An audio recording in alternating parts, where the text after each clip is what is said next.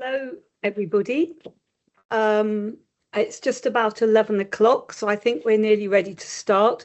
Can I please ask all authority members to turn their cameras on? Because otherwise I won't be able to see them when I'm sorting the discussion. So if everyone could turn their cameras on. There's a lot of people out on this meeting, which I know does make it a little bit difficult for me to see everybody, but the best way of getting attention is just to use the hand raising. This is for authority members, the hand raiser on your system. And as I said, if you could possibly just make sure you've got your camera on, and then I can see you better. If I miss anybody, Peter or Claire, just shout, and I'll try and hear as well, and we'll do our best. So, welcome everybody. I really appreciate everyone's time, because this is an extra board meeting that's been slotted in. And what we're going to do today, and it's the only business today, we'll be discussing the statistics we want to use for the publication of the full CAFCA, which we hope to do by the end of the year or thereabouts. So firstly, as always, can we invite declarations of interest?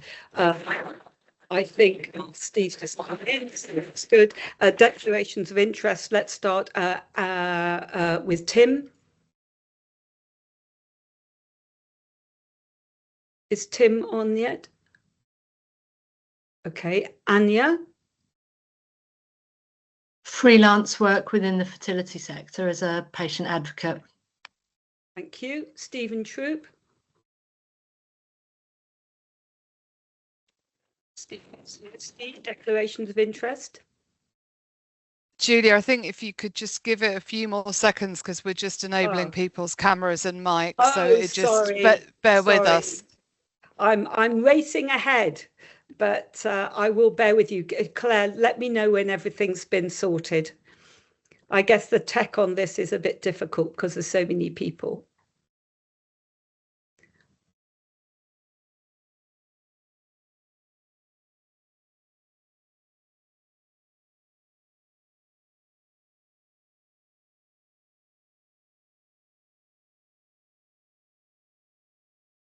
Yeah, because I can see some authority members whose cameras are not on, so presumably we need to enable them.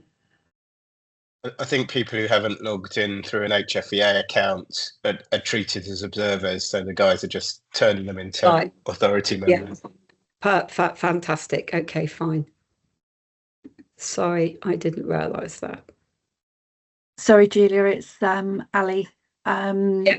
Even though we have enabled cameras and microphones for those authority members joining from a different account, their cameras are not enabling them to turn on, but they do have they can speak. Oh, well, that's very unsatisfactory. Is there any way we can sort that? Because they can't, it's really hard to participate in what is it, an important meeting if you can't put your camera on. I am doing my best. Yeah, no, that's not your fault. I mean, the tech is there anything there's nothing we can do? If colleagues are able to join via Teams from HFEA accounts, which I've done, and I think Francis may have done as well, then that should be, you should come through as an authority member, as it were. Yeah. Right, Tom's there. Let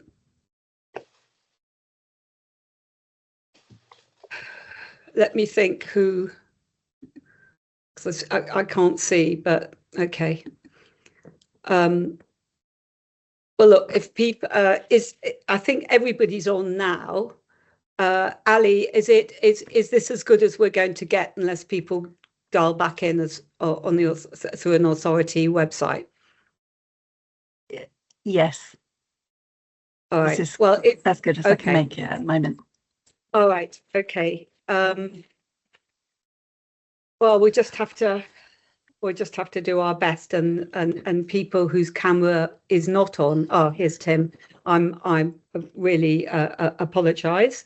Well, let's go back to declarations of interest. We've had one from Anya. Tim? Yes, I do consultancy work for a fertility group in the Middle East. Thank you very much. And Steve Troop?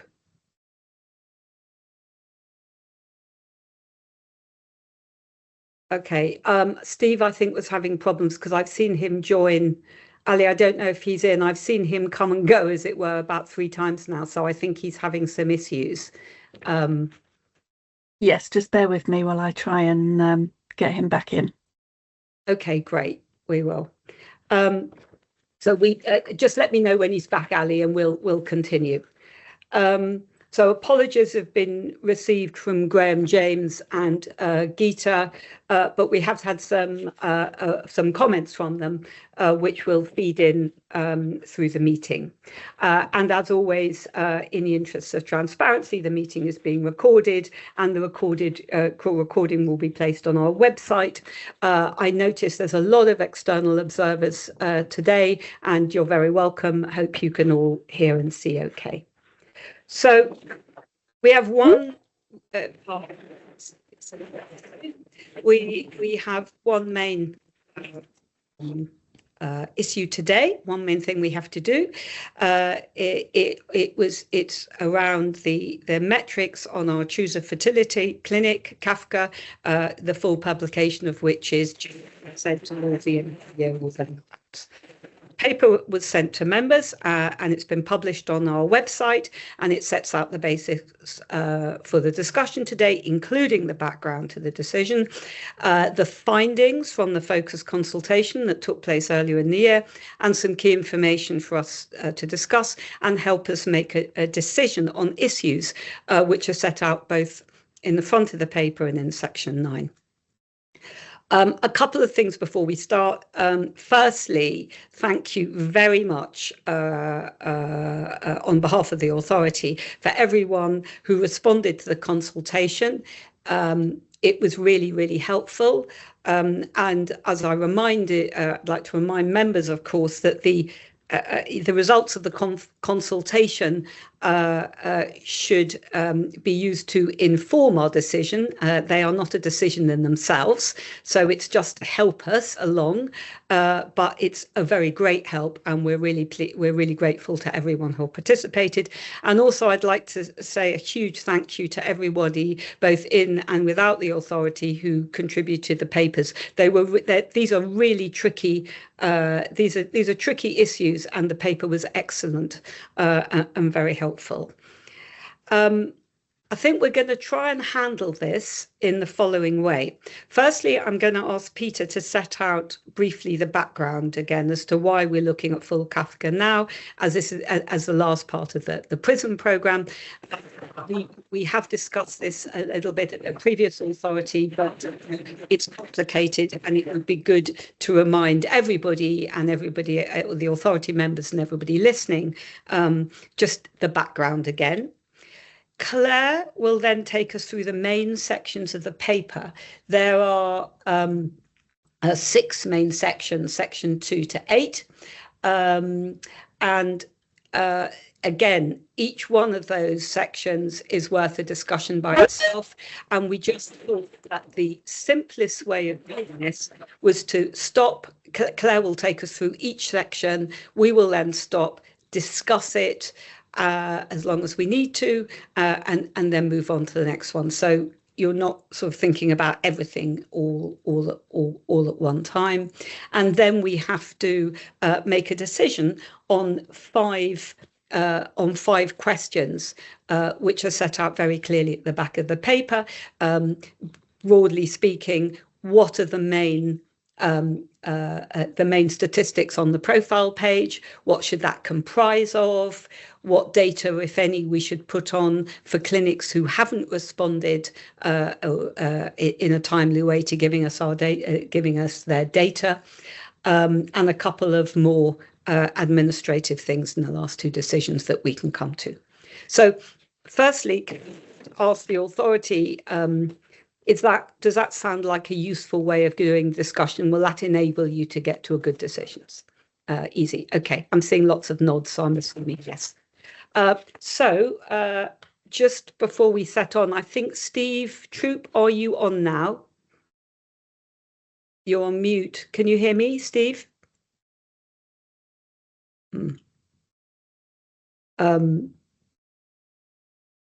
Okay, Steve is obviously having trouble getting in. He has a declaration of interest, his normal one, which is he does some, as an embryologist, he does some consulting work. So I think for the record, we'll take that as read, and I will confirm that with him either later during this meeting or afterwards.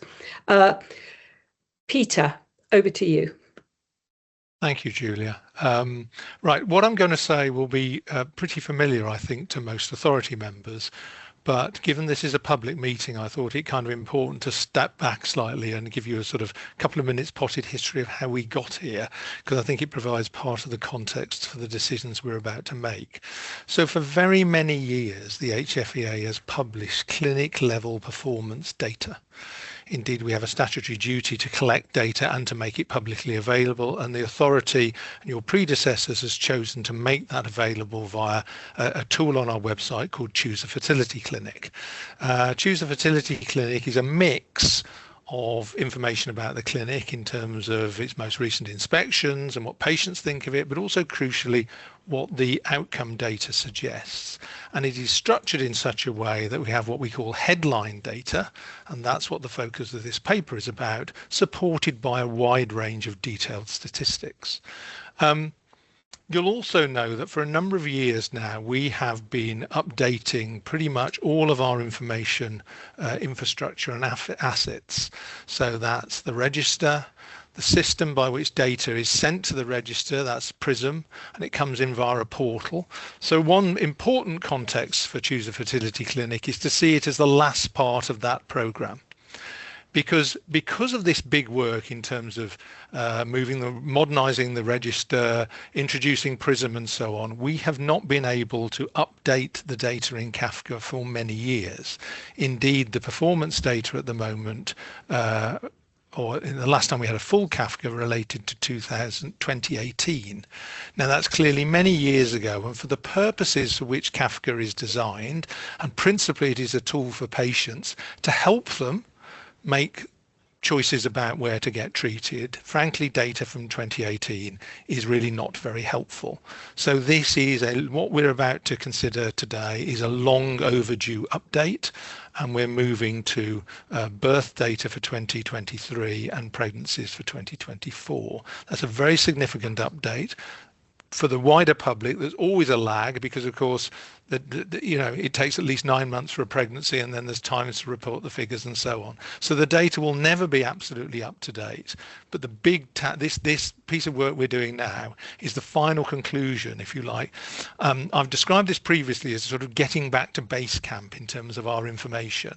Now, I know over our strategic period looking forward, the authority has some ambitions to look again about how we publish and make available data. That is a discussion for another day. This element today is about reaching an agreement on those headline metrics. We're looking for agreement from 2 metrics from you to accompany the multiple births metric. And that, as I say, gets us back up to a place where we have a properly modernized register, a properly modernized data submission system, and now a properly modernized set of statistics within Choose a Fertility Clinic. As I say, what we do in the future is another decision, but not for today. So I hope that's a useful kind of scene setter. The other thing to say is we've got back to base camp, so to speak, in 2 steps.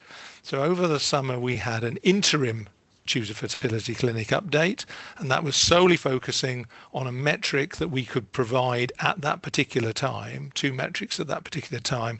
What we're talking about now, as Julia said at the start, by the end of this calendar year, we're looking to provide what we call a full update to Choose a Fertility Clinic. So that's not just the headline metrics, depending on what you choose today, but also all of the underlying detailed statistics. So that's all I want to say by way of introduction. I hope for members of the public that became a useful sort of orientation exercise at least. And I'm now going to hand over to Claire, who, as Julia said, is going to step you through the various elements of the paper and seek discussion from there on. Thanks very much. Thank you very much, Peter. Claire, just before you start, authority members, any questions or anything else you want to know before Claire gets going? No? Okay, thanks. Claire, all yours.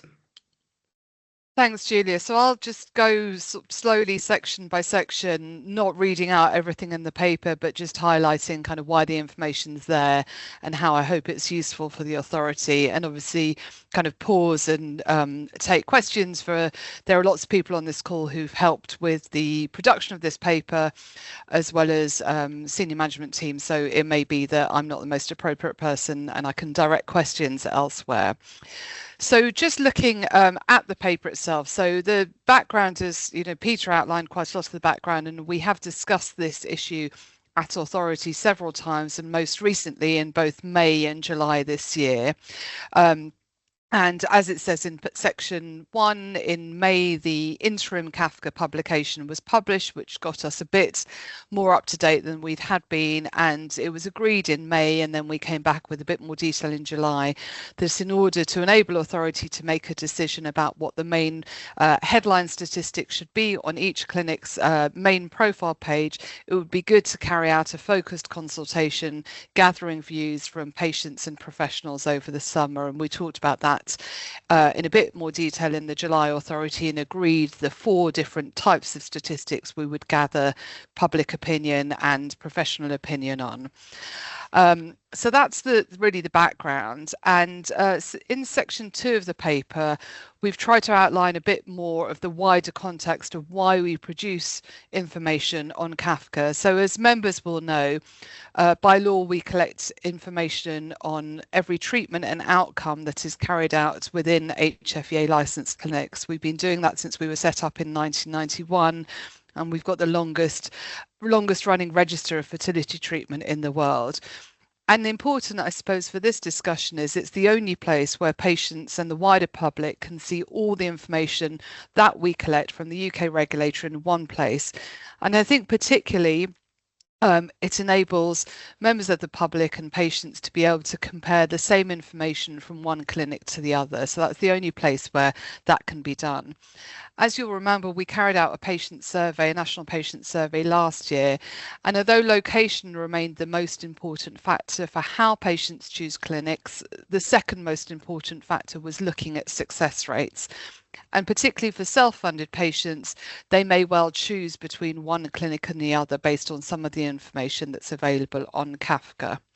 And it is our most used part of our website. We've had over 2 million views of those Choose a Fertility Clinic pages in the last 3 years. And individual pages had over 650,000 views in the last year. So it is a very well used part of our website.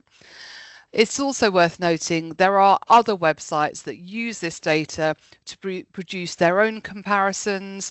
Sometimes those have other pieces of information that they've got from clinics' websites, like the cost of cycles, which we don't tend to publish, and also other bits of patient feedback. But that information is based on the information the HFEA has published. Following previous discussions with the authority, it was agreed that because of the different patient groups that clinics treat, we wouldn't publish what other regulators perhaps called league tables. We would just enable that information to be provided in a transparent way. But as Peter said, we have committed in the lifetime of this strategic period, which goes up to 2028, to look at how we publish our data.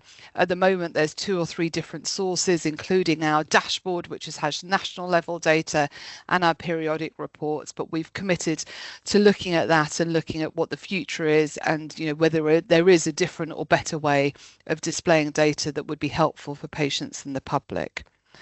We've also looked briefly at what other countries do, and I think what's really set out in paragraph 2.6 is there is no agreed or best way of presenting this information.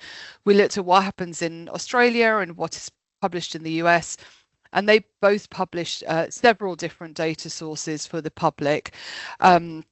And I think what authority will need to balance is that decision on what is in the best public interest. Is it to publish as much as possible, or a selection of data, and not forgetting, as we've outlined in the last Annex D of the paper, regardless of whichever headline statistics we choose, you choose today, that detailed statistics will still be there behind every clinic main page, and that enables any user to find out a lot more information.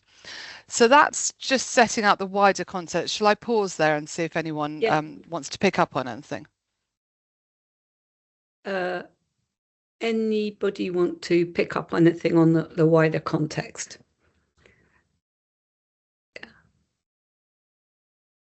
And I think one of the points that we made in one of our last meetings was obviously, you know, the data is this is what is going to be most useful for patients, and it's very important that's front and centre of our mind, and but you know, clearly informed by a professional views, which will be helpful for patients as well. Anything else? Okay, Claire, I think we can go on to the next couple of sessions.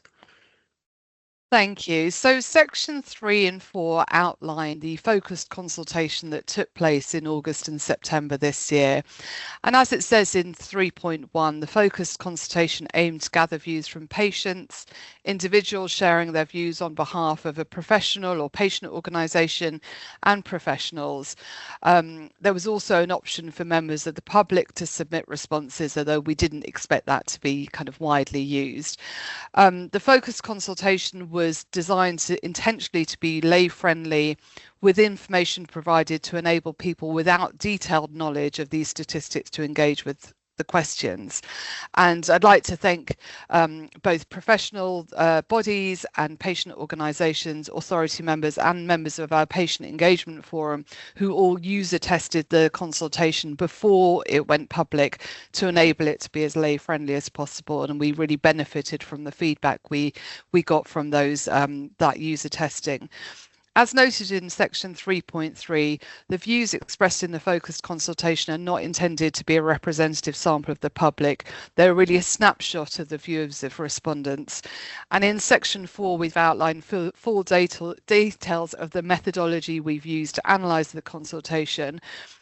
And we'll also publish this as a separate report on our website. So Annex A is a summary report, and welcome feedback from authority members on that report, and we'll edit it accordingly, provide more information if needed, and then over the next few weeks we'll publish that as a separate report on our report pages on our website. So that's the background to the consultation. Shall I move on to the consultation responses itself? Yeah, I think you can. Okay, so I'm not going to go kind of line by line through the responses, but you can see the summary there. So we did have a lot of people click on the survey and then not necessarily go through to respond to that. So if you look at the detail in Annex A, you can see that there were some responses that we couldn't include. And that's because people, you know, like we all see a survey, we click on it and say, I wonder what this is about, but we don't actually submit our response. So there was one compulsory question, which is the first one, where we asked people to rank their preferences. If people didn't submit a response to that, then we couldn't include their response in the consultation. So overall, we had just over 270 responses. You can see that the most answered category were those people who said they were individuals sharing their professional views, and then we're really pleased we had over 80 prospective, current or past patients, some organisations and some interested members of the public. I think the point I would really make is in 4.2 that differences between the preference expressed for the 4 options was minimal. And you can see that on figure 1, which is at the top of page 6, where if you look at that, the axis, actually, we're only going up between, you know, the differences are between 3 and 4 points. So of people's preferences. However, as we work through that analysis, we can see that there is a difference of preference, although a slight difference between different groups, particularly between patients and professionals, where patients' preference was for births per cycle started and professionals was for births per embryo transferred. Shall I pause there and just see if anyone wants to talk about that first question, which is the preference for the clinic's main profile page statistic? Anya. Yeah, thank you so much. And thank you, as you said, for everyone that's inputted into this. Although it is a snapshot of people, I do think there's a useful point being brought out about patients' comprehension of what a cycle is. And as you know, mentioned previously, that we all come with a natural bias when analysing data and our own lens. But I think it is interesting that there is a slight difference between patients and professionals about what a cycle actually entails. And I just wanted to highlight that.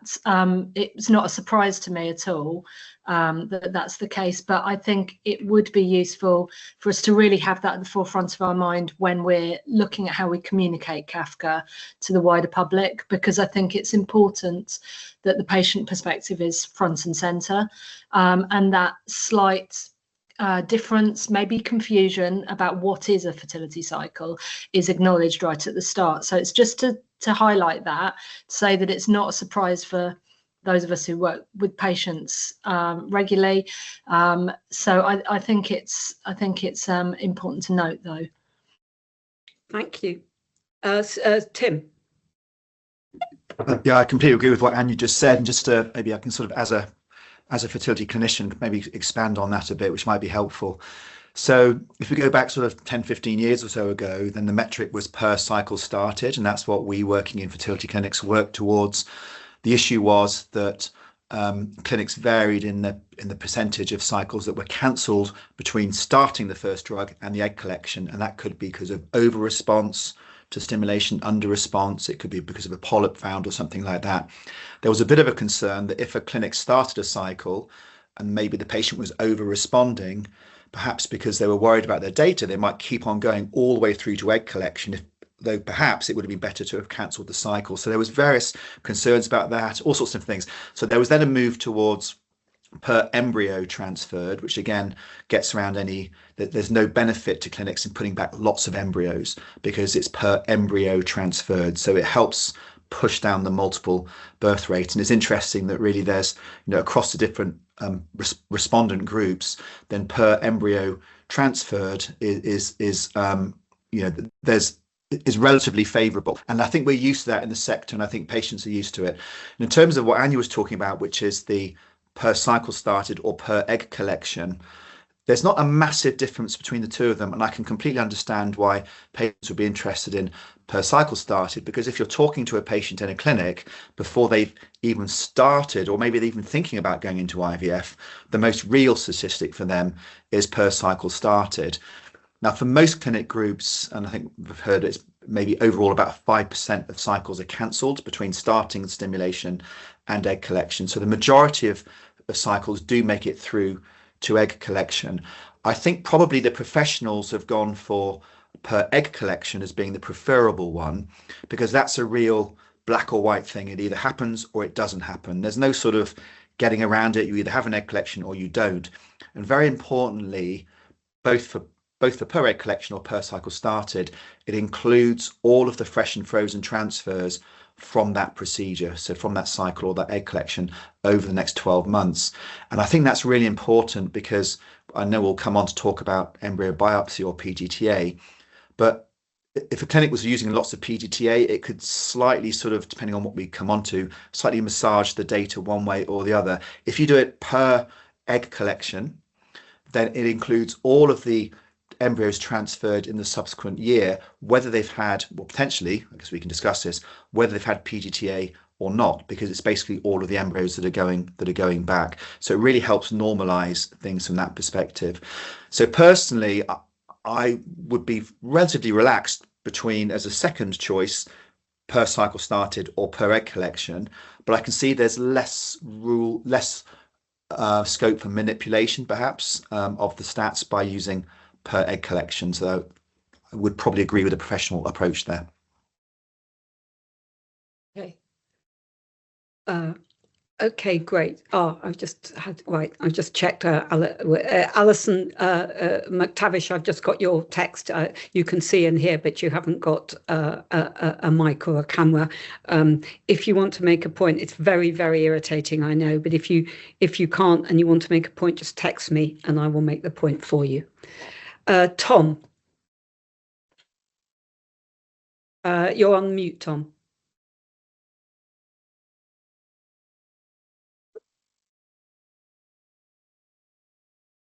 Sorry, Tom, we can't hear you. You haven't got a mic.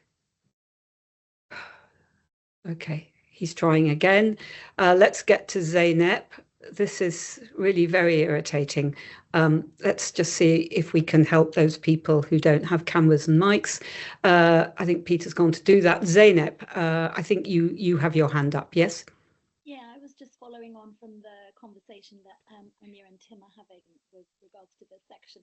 And I think, of course, the CaFCA headline figure is predominantly there to inform patients, but a secondary and quite useful impact of CaFCA is also that it incentivizes good practice, which we saw with the move to the per embryo transferred rate, you know, which I think possibly, you know, helped with bringing down the multiple rates, which has been such a success in this country.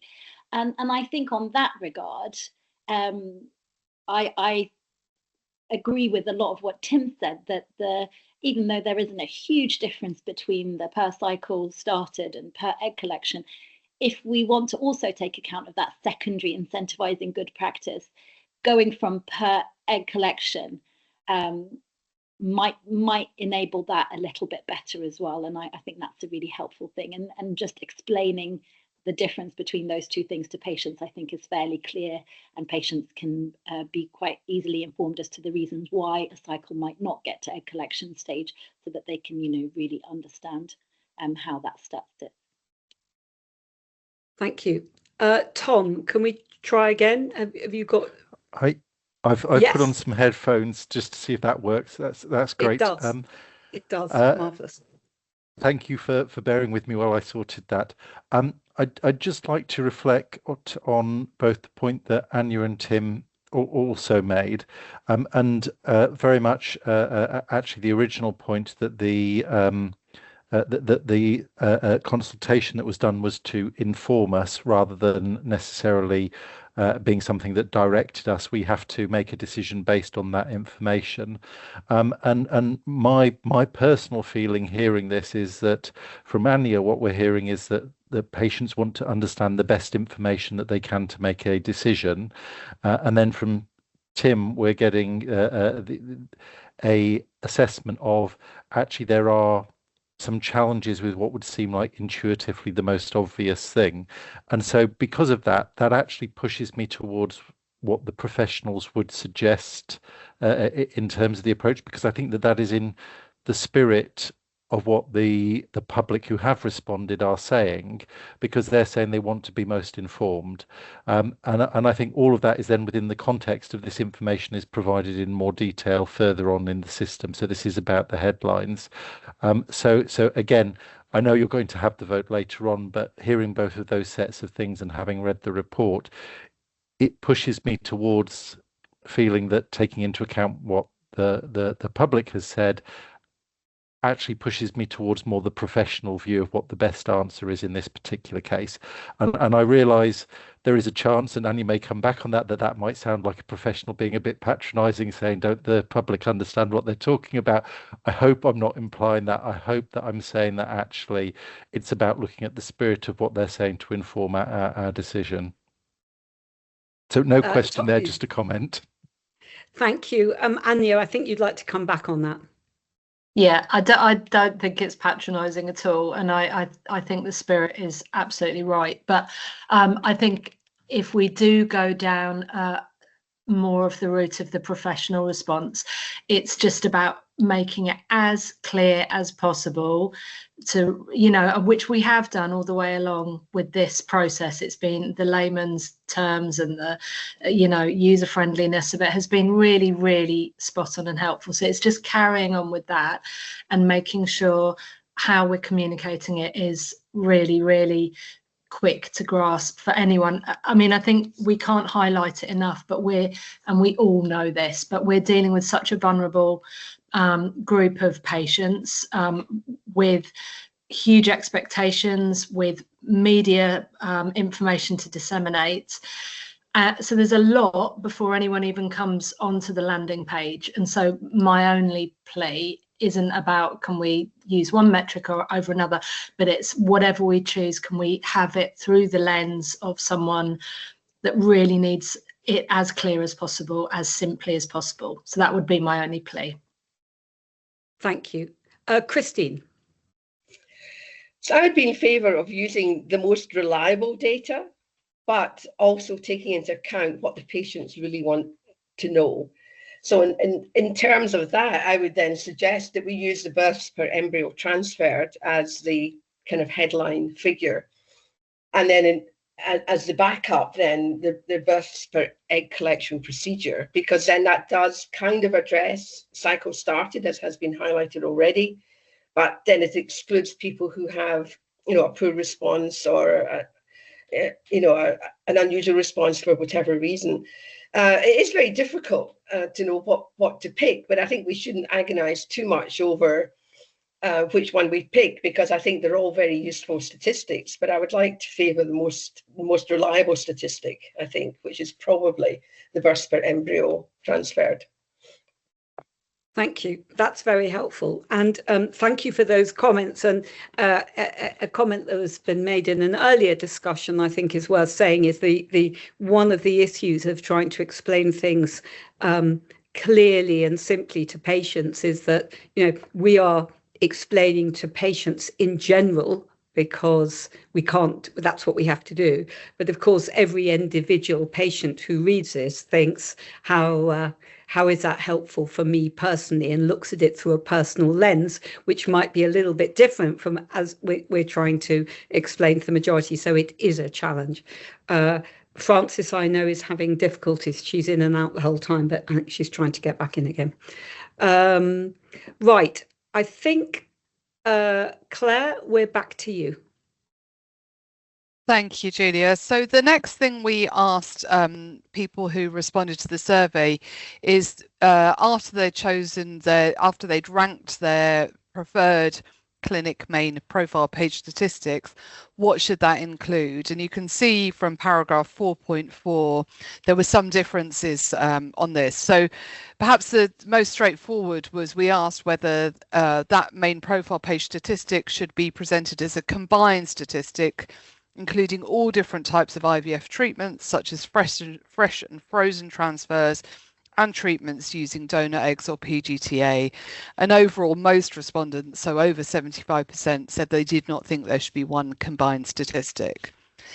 However, when we looked then asking following questions, such as should we distinguish between fresh and frozen embryo transfer cycles, should we include or exclude treatments with donor eggs or treatments with PGTA? There are again some differences. So at 4.7, you can see that most respondents, about 80%, were in favour of including a combination of both fresh and frozen transfer cycles in the main statistics, compared to only 15% who would prefer to include only fresh embryo transfer cycles only.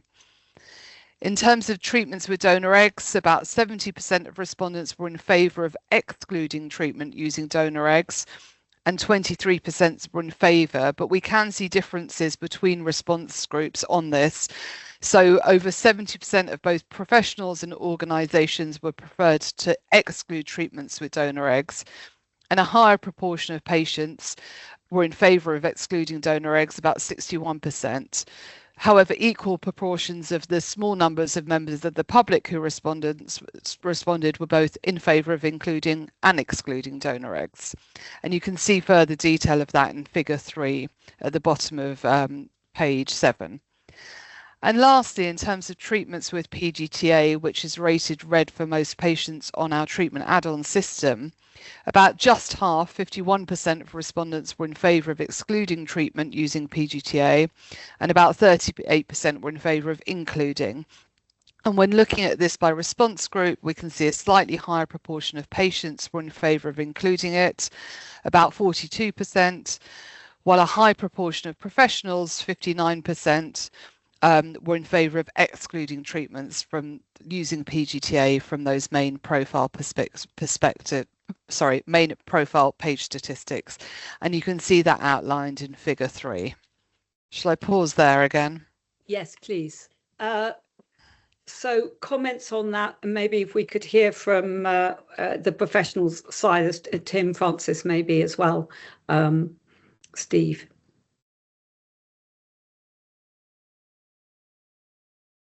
Tim, Francis, well, Francis and then Tim. Yeah, Francis.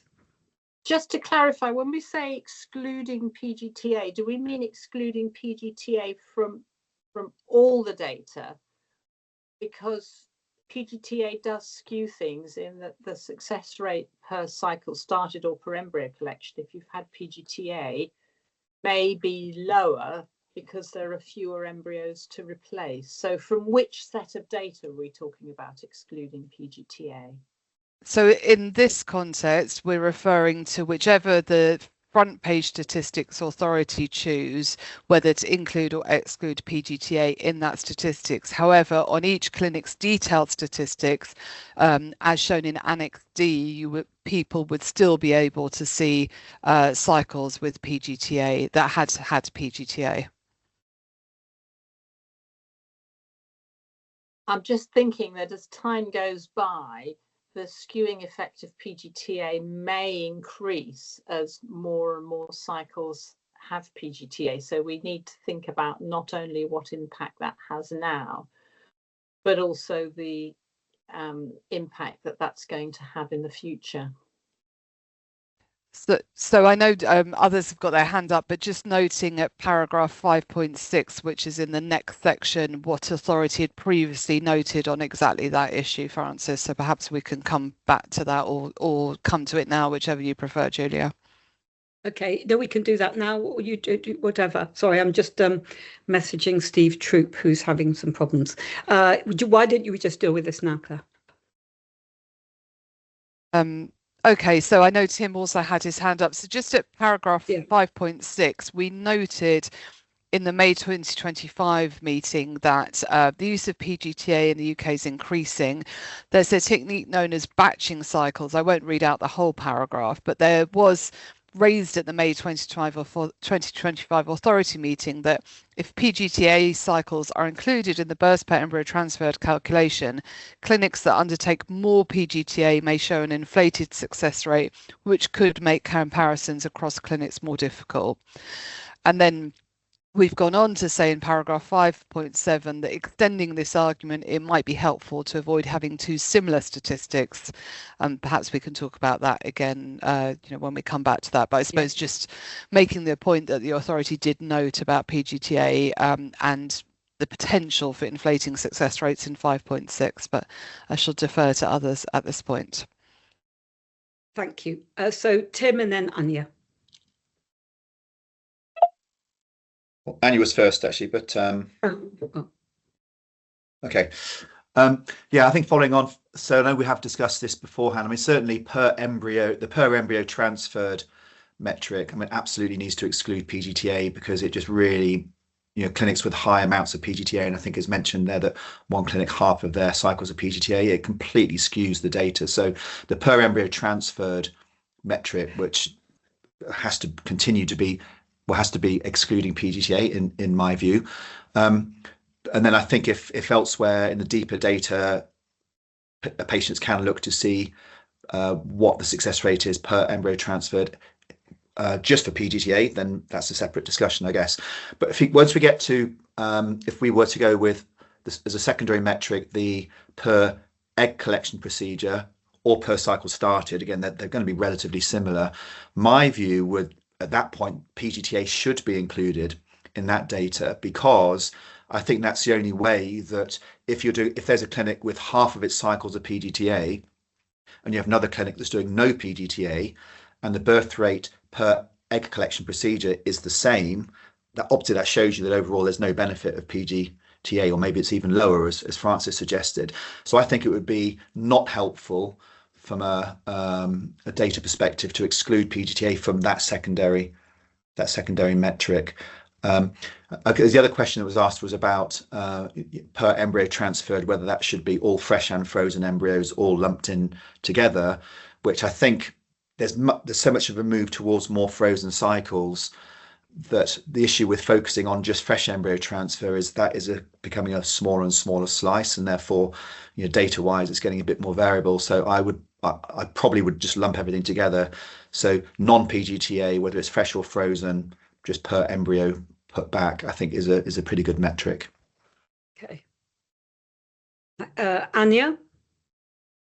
It was a legacy hand. It was apologies. a legacy hand. Okay, so Alex, and then I've got thanks. a couple of yeah. And can I just add my thanks to everyone on the papers, which were really helpful for this discussion. I was really interested by the PGTA issue after our discussion in the main meeting, and it which then, you know, continued out of session when I think and I did my own research, and for what it's worth, I just wanted to echo that, having looked into it now, I agree with Tim that it should be excluded from the pre-embryo transfer metric. Thank you. I've got a couple of comments from Alison McTavish and Steve Troop, who can see and hear but can't make their voices heard. So I've asked them to text me, which I know is a bit clunky, but at least it's better than nothing. So Alison's question is, which I think I know the answer to, is will PGTA data be available but not on the main page? And yes, it will be available in the statistics. So let's just make that clear. So the detailed statistics under the main page. And Steve Troop, I think, is just saying he's agreeing with Tim's comments. Anyone else? I mean, and we will, just to say that we're going to let Claire finish, but, you know, we'll come back to all of these in more detail, of course, when we get to the decisions, and we'll look at the individual issues. So Claire, back to you. Thank you. And lastly, we provided a free text response if any respondent to the survey wanted to submit further information. And again, I want to thank everyone who did do that. So we had just under 90 free text responses. As it says in the paper, and there is a bit more of analysis in the draft report, many of those responses were about statistics in general and how we can improve that. And as I said at the outset of this discussion, those are already helpful for how, when we have a look in the strategic period about how we publish our data. So although many responses were not directly relevant to this particular specific question of now the CAFCA main profile page statistics, there's a huge rich source that we will come back to when we think about how we publish our data in general. And there are other in the free text responses, again, which are published in Annex A, where people use the free text box to explain why they made their choices, which again was really helpful for understanding. So I think that's kind of the summary of the consultation, and we've tried, hopefully helpfully, to summarise that in Table 2, where we've shown which of those respondents groups and their preferences. So I'll pause there before I go on to the next section, just in case there are any questions either on the consultation or the draft report or the methodology that you've got in the various annexes. We've also published, because I think it's useful for reference, the full text of the consultation in one of the annexes, Annex B, and I think in Annex C we've published also what we had on the website to kind of give a background to why we were looking at this issue. So all of that is now in one place for reference. Okay. Yeah, no, I think you can carry on, actually. I'm sure there'll be questions later.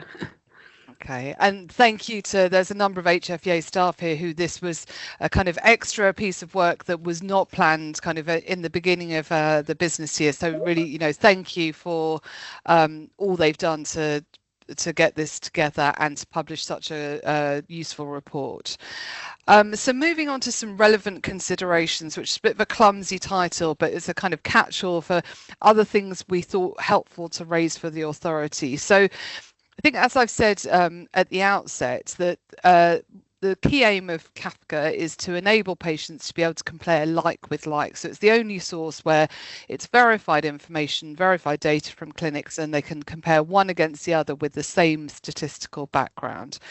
At 5.2, we note that on each clinic homepage at the moment, there are 3 slots available at an earlier meeting of the authority, I think it was in July, the authority agreed that regardless of whatever else changed, the authority still wanted a clinic's individual multiple birth rate to be displayed.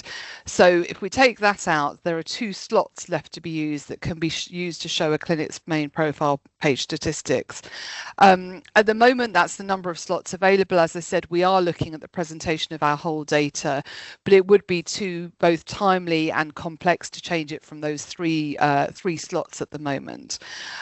So I think then it's really describing in the next paragraphs how authority may choose to have, in addition to that multiple birth rate, 2 different or 2 similar types of statistics, depending where you want to go. So at 5.4, we suggested that historically, and I think this has been raised,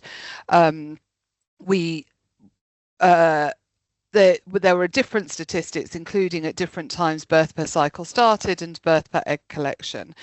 And at paragraph 5.5, we note that while the focused consultation showed some differences between respondent groups, it may be helpful for the authority to consider 2 contrasting statistics. So it probably, although there may be different views, it may not make sense, for example, to choose births per cycle started and births per egg collection procedure, or conversely to choose births per embryo transfer procedure and births per embryo transferred. So if authority did want to have 2 different types of statistics as well as the multiple birth rate, it may be helpful for the public to have 2 contrasting ones.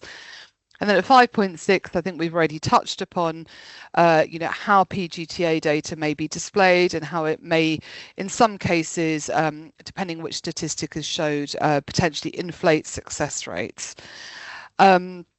And then lastly, I think in paragraph 5.9 and 10, we note that when we published information on our website to help people with the consultation, we noted that the number of frozen cycles is dramatically increasing in the UK, and therefore it may not make sense to publish only fresh or only frozen and combine them. But I think this is something the authority will need to discuss. And then at 5.10 about whether to include or exclude both donor eggs and PGTA. So that's kind of the questions. We'll then move on to decision, and then we've got some other bits of background information before we go to the decisions to work through. But shall I pause there and see if anyone has comments or wants to discuss those relevant considerations in section 5? I'm wondering whether we shouldn't actually, or Francis, but just to say whether it's a quick discussion now, but whether we shouldn't actually discuss them when we get to the decision, because actually that will fall neatly there. Francis. I think it's good to have the multiple pregnancy rate represented in some way. Of course, that will be a mixture of more than one embryo was put back and occasionally one embryo dividing and causing identical twin pregnancy. It may be tempting for people seeking fertility treatment to think that a high multiple pregnancy rate is good, whereas of course it's associated with increased morbidity and mortality for both mother and baby.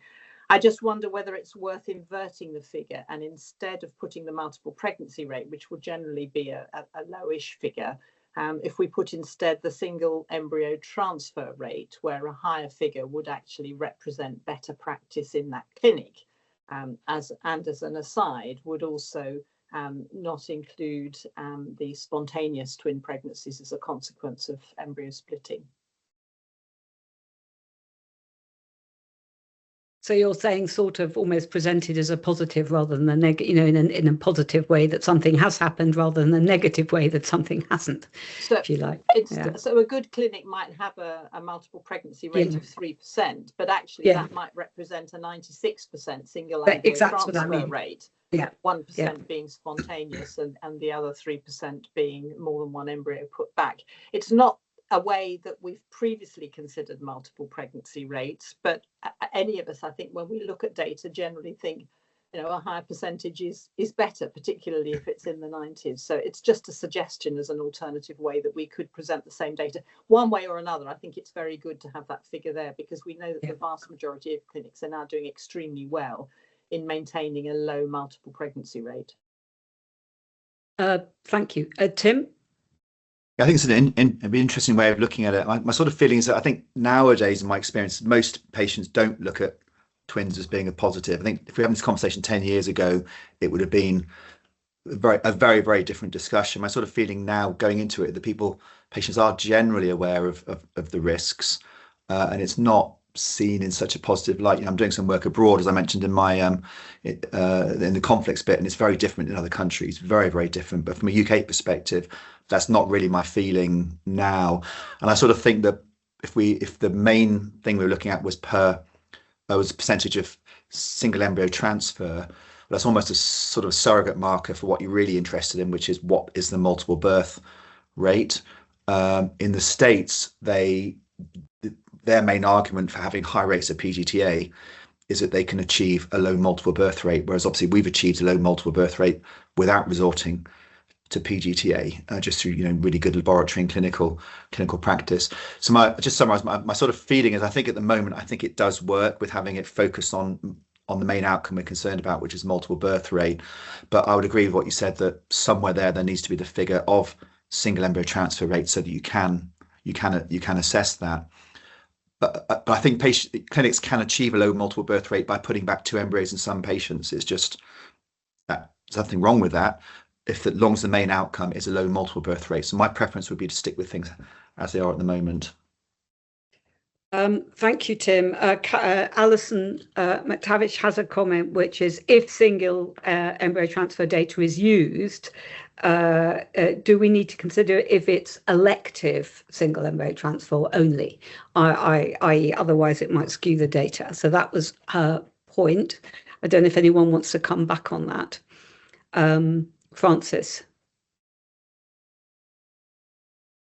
I presume by elective single embryo transfer, what she means is there is more than one embryo, they're only putting one back, as opposed to when there's no choice. I'm not sure it makes any difference cumulatively for the clinic as a whole. They're either, they're doing 900 single embryo transfers a year. A proportion of those women will have had more than one embryo, but I think the figure's still valid, even if you're combining the two. I also think, just from a lay point of view, if I was looking at this, something which says, and I agree with Tim, that I think probably, people are less keen for multiple births now. It says that the rate is only like 3% or something. That's sort of, in a way, a bit easier to understand, just from a lay point of view. So just a comment. Alison's come back, and so she says, hold on one second. No, I mean, if there's only one, which may not be top quality, that's, I think, what she means. Shall I just comment on that? I know where Alison's coming on that, because you either have, I think the easiest thing is, if you are going to have a proportion of single embryos, you have to just lump them all in together, because you then start getting into, if there was one good quality one and one really poor quality embryo that could be put back, is that elective single embryo transfer or not? And we then start getting back to a bit like we spoke about per cycle started. You're then taking judgments on things. So I think if there's just one embryo, there's just one embryo to put back. But again, my preference isn't, we don't focus on that anyway. And this is a good example of why I think it's a slightly confusing thing to focus on. Okay. Anyone? All right, Claire, on you go. Thanks, Julia. Just for clarification, as you can see on the screenshot on page 41 of the paper, we do show the proportion of cycles in the detailed statistics that would be single embryo transfer, etc. So that will all remain in the detailed statistics. And just to remind Authority of another decision they took earlier in the year relating to multiple births, which is that from next financial year, so starting in April, previously when we had data from PRISM, in every inspection report, we would say what the multiple birth rate was. Now that the vast majority of clinics are well below, and the national average is 3.4% for multiple births, Authority agreed, I'm sorry, I can't remember if it was January or March, but this year, the inspection reports, once we have the data back in, post verification, post PRISM, we should only report by exception. So inspection reports that come to either the Executive Licensing Panel or the Licence Committee and are published on our website from next financial year will only have a multiple birth rate where it is over the 10% target. So that was a decision made earlier in the year. And the second thing just to say is I won't claim to understand the technical mechanics of how the data is published on Kafka, but I have a message to say we're not 100% sure it would be technically possible to do what Francis has suggested to convert that to that front page, although it is definitely something that we could look into if that's the authority decision to show it that way. So just kind of, it may take a bit longer, but we can look into that. And then lastly, just on that, those relevant considerations, just to note that we have had a bit of a discussion amongst authority about PGTA. We also will need authority to make a decision about whether to include or exclude donor eggs in whatever statistics is shown. So I don't know if you want to discuss that now at all or kind of come back to it when we get to the decision. Can I suggest, because obviously, although I don't want to cut this at all short, we will have some time constraints at 1, or even if we go to 1:30, we can't go beyond that. Claire, why don't you rattle through the rest of it, and then we can have the discussion, because I think we're going to have that discussion again when we come to the decision, and then we can really focus on each of the decision points, which will sweep up all these points. Okay, great, thanks. So moving on to section 6. So AGC have had a discussion about this issue that's outlined in section 6 in October, and I've tried to summarise their view there, which is then coming to the authority for a full decision. So at present, there are 4 clinics who are unlikely to make the full Kafka publication deadline for publication later this year, whichever statistic is chosen by the authority. And I should thank on behalf of the prison team, in particular Kevin Hudson, that there are so many clinics who've worked so hard in helping us get to that verified data, and we are nearly there. However, there are some clinics who will not make that deadline. And the authority are asked later on to make a decision about what to do with those clinics. And I suppose there's several options. The 2 most obvious ones are to take down the old data and to have some sort of clear statement that says this clinic was not able to provide up-to-date data, there is no data available, or to keep their old data, which is from 2018 and 2019, and to say something similar that this is old data because the clinic hasn't been able to provide us with the new data. So I'll pause there because that's probably something authority wanted to discuss before I go to 6.4. Yeah, definitely. This is important. Catherine. Yes, thank you. Claire, thank you very much for representing the collective view of AGC. You're entirely right about our recommendation, but it may help if I just explain 2 points. Firstly, that our recommendation was that for those unable to make the full Kafka publication, no data should be displayed. In effect, that would be taking down the inevitably misleading data from 2018.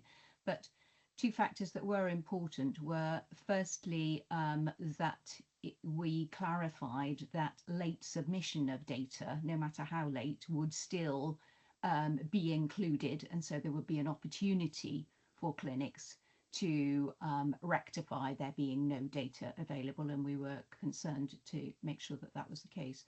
And secondly, that it would be made clear in displaying no data that the reason for that, i.e. that clinics had not supplied us with that data. But subject to those caveats, thank you for representing AGC's position. So thank you, Catherine. So yeah, there is the point that, because I think there is perhaps a slight distinction in that, a clinic who is having some difficulties and is just a bit behind and will actually submit the data late, we can accommodate, as opposed to any clinics who, for whatever reason, just simply not submitting. So can I have views from the authority about what we think about this? I know this is a decision for later, but let's deal with it now because it's sort of a convenient time to do it. Christine. Christine, you're muted. If that's... Sorry. I agree with what Catherine has said. I think we should not display old data because it could be misleading. So I think we take down the data and then we say that we cannot update this particular clinic's information because it is not yet available, but will be provided as soon as the data has been provided. And so it makes it clear that we are just simply waiting on the data coming, because I think otherwise it would be misleading to present old data. But we're making it clear that it's not our fault. The data's not there. The clinic just simply has to meet our, to meet a later deadline. I think that would be fine. Thank you, Alex. Thanks. Unsurprisingly, I agree with the decision we took collectively at AGC, which was summarised by Catherine. So I'm not going to change my views on that, as people would expect. I think the distinction you made, Julia, is very important. That there will be some clinics that are just having some kind of technical issue, be that IT, be that something else, and of course we should bear with them and work that out, and subject to resources, be able to publish that data as soon as possible. I think in the possibility that a clinic or a group of clinics simply refuses to engage in this process, obviously it has a number of implications for HFEA, including everything from fees and income to opting out the spirit of transparency in which we are operating and the sector is operating. And whilst I know our licensing powers are very black and white, and I'm not suggesting that should affect it, I would think in that case the executive licensing panel or the licensing committee should be just made aware of that as context for other decisions that are taking if it should happen, because it's obviously very concerning. Yeah, I agree. Anybody else? I've got both Alison and Steve Troop have indicated to me that they completely agree with Christine and Alex, and the view of AGC is that that data should not be presented, but it should be made clear that the data will be added once it's received. And I also want to just tell you that is what Geeta, because Geeta gave us her views on some of these issues by phone to Rachel Cutting before the meeting, and she's very much in that camp too. I don't usually give my view on this, but I have to say I'm very much on that camp too. That we cannot give data that's 6 or 7 years old. It's just simply misleading, and it's not only misleading, but it might give some clinics who were doing better then and not doing better, not doing so well now, a really unfair advantage, which is not only misleading, but would be quite wrong. And clinics have had ample opportunity, and really Kevin and I pay tribute to him on this, and the team have done everything they can to get the data from the clinics. So really, the ball is in those clinics' court, as it were. Anya. Yes, I just want to say that I agree very strongly as well. I think it's very easy for a patient to see a headline number and that really to lodge in them as they go forward for their own treatment. And I think it's really important as the regulator that we are as robust as possible in giving only good, sound data for the public consumption. So I just think of many events over the previous years where there were banners with big numbers about percentage of likelihood of pregnancy and how much that lodges in the patient mind. So I think we have to be really, really setting the example here of best practice. Yeah, agreed. Rosamond.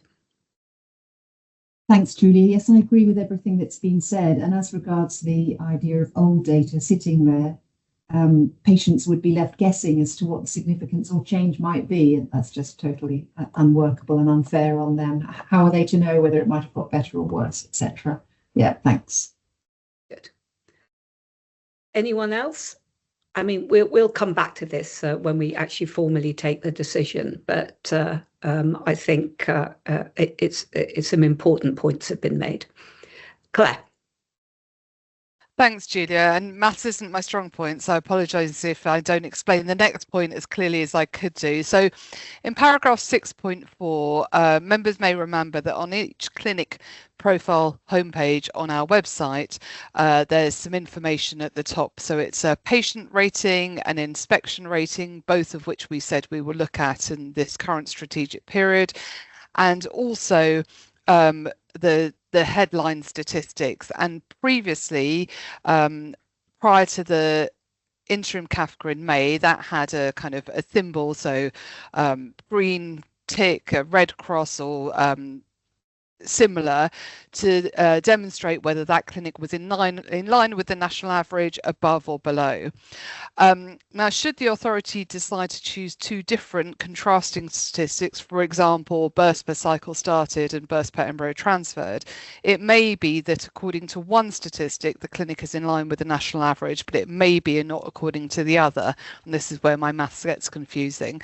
So at the moment, if you go onto the clinic profile page, you'll see all it does is it gives you a link. It says detailed statistics, click here, and you immediately drop down to where those detailed statistics are. And as you look through that main data, it does then give you on each of those data points whether it's in line with the national average or not. So the sort of symbols are not taken off the page, it's the whole page, but just from the top, because kind of computer says no at that point, that it may not make any more sense. So our suggestion is that we keep it's a link really to go further down in the page where that will carry on making sense. So apologies if I have not explained that very well. Anyone wants to comment? So basically we're just we don't reinstate that symbol, is what you're saying, to say in line with national average, because it now is, it's particularly if we choose two contrasting areas, it's potentially sort of misleading or gets the patient into the wrong bit. Somebody had a hand up or not? No. Yes, Zainab. Thank you. I just wanted to come in on this specific. Sorry, you're very faint. Can you maybe speak into your mic a bit more? Sorry. Oh, okay. Can you hear me better now? Yeah, that's much better. Thank you. Sorry. On this particular point, I actually, I thought that was a real shame, because I think the symbol about whether it's in line with the national average is, I think, really, really helpful in terms of contextualizing a rate. And I wonder whether that is something we want to actually really think about what provides more added value, whether it's presenting two headline rates or one headline rate with the information about whether or not it is in line with the national average. Because to my mind, that was one of the most helpful, it was just a very, very helpful additional context. Thank you, Zainab. Peter, do you want to come back on that? Yes, if I can. It was, so what we're talking about here is once you go down to the headline rates you're talking about now, it is clear whether or not the individual clinic rate is in line with the national average. So that comparison is not lost. I mean, clearly it's up to you whether you want one metric or two to accompany the multiple birth rate. But when you go down to look at whatever those chosen rates are, you can see, if you look at Annex D, you can see how that's presented. So you see both the clinic's rate, the national rate, and it within a reliability range. Yeah. Okay, thank you. Catherine? Personally, I do agree that we should take that down, particularly for the reason that Peter's given. But if we do decide that two statistics, whether contrasting or not, is the right approach to take, if the majority of members also felt strongly that we should retain on the headline page that national comparison, I suppose there's no reason that it's not open to us to draw a national comparison for each of the stats that we choose. For example, per egg collection versus national per egg collection. Embryo transferred in comparison with national rate for embryo transferred.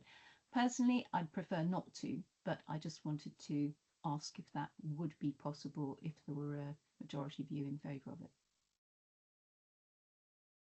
it. Peter, do you want to come back on that? My understanding is, and I will need to check, so the way in which the web pages are designed, when we talk about slots, it is literally designed so there are currently three in the coding. There are three. We can present up to 3 rates, and at the top we can currently present 1 national comparator. Now, I think if the authority took the view that having chosen 2 rates, it would like 2 national comparators at the top symbols. We could do that, but we'd have to do design work, and I don't know how long it takes and so on. So there is a slot for that symbol as it stands. And when it was authority policy, although we had births per embryo transferred, births per egg collection, and the multiple birth rate, we simply took the births per embryo transferred as the tick or cross that Claire decided. If you want 2 comparators at the thing, we're going to have to get some kind of design work to do it. I don't know whether that's straightforward or more complicated than you would imagine, given that it doesn't make much of a change. But it's just to say that. So I think what I'm trying to say is it's clearly not impossible, but it does require website design work. And I don't just mean, fiddling around with the colors and the fonts. It's into the core of the structure of the website. I think Kevin's got his hand up. Kevin, just before we turn to you, because I think Kevin's the person to answer that question. Alison McTavish has said, will the national rate line be on the data, but just not a statement which says consistent with national average, or will there just be a button to click to see what the national comparison data is? So Kevin, maybe let's go over to you and you can answer both of those questions perhaps. Yes, I would say it's a very small web space up there, so it's very limiting in how you can convey complex messages in such a tiny space of the website. That's a caveat.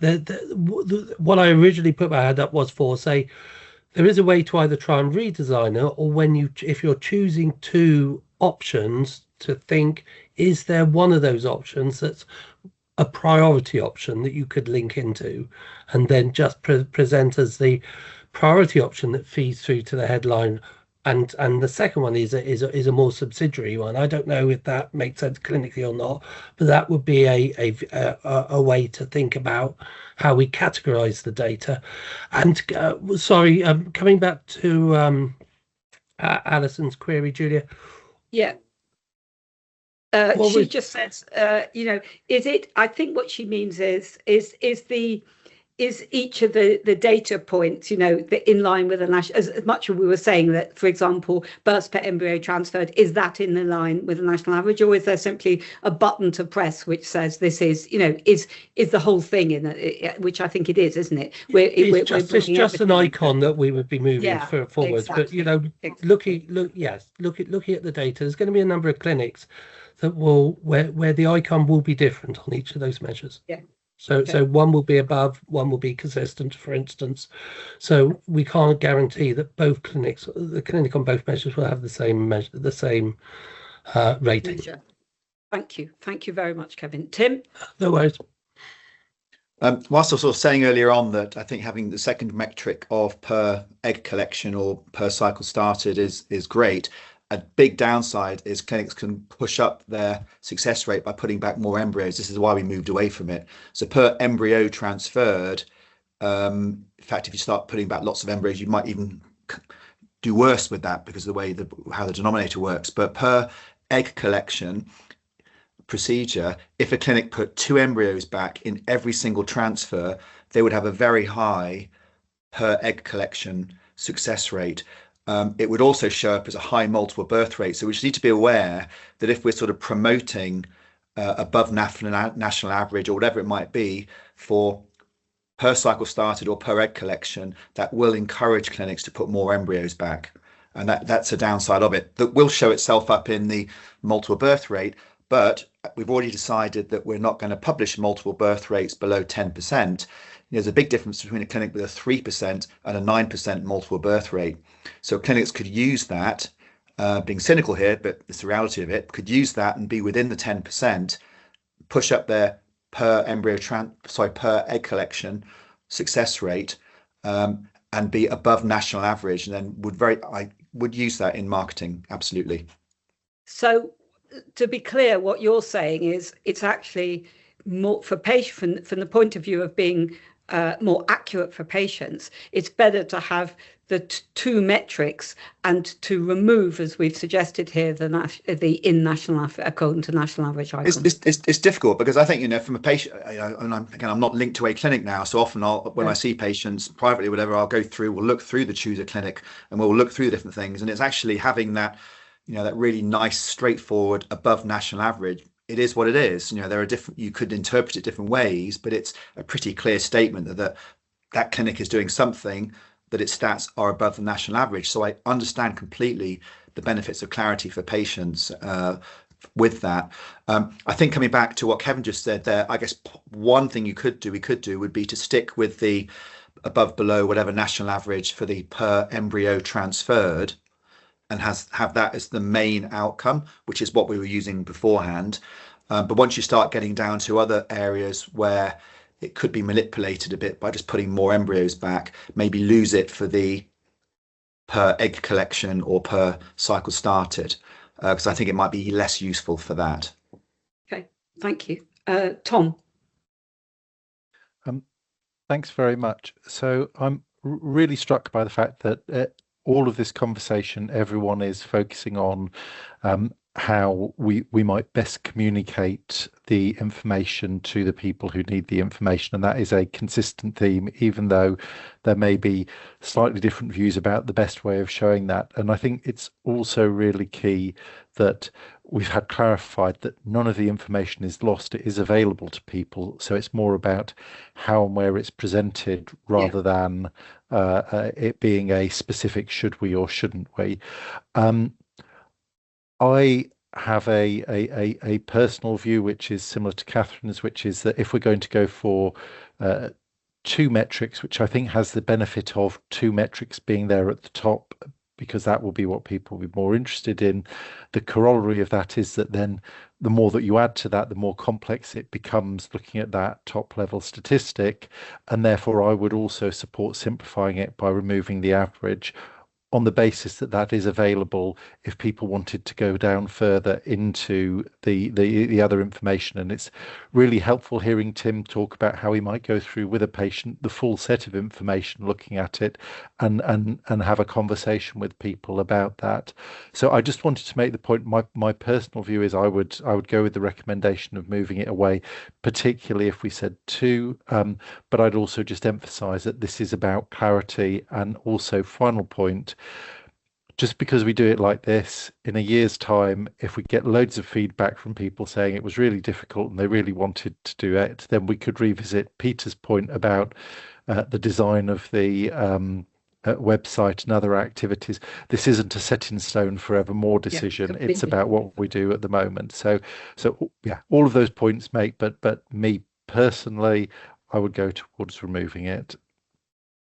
Thank you, Tom. Francis.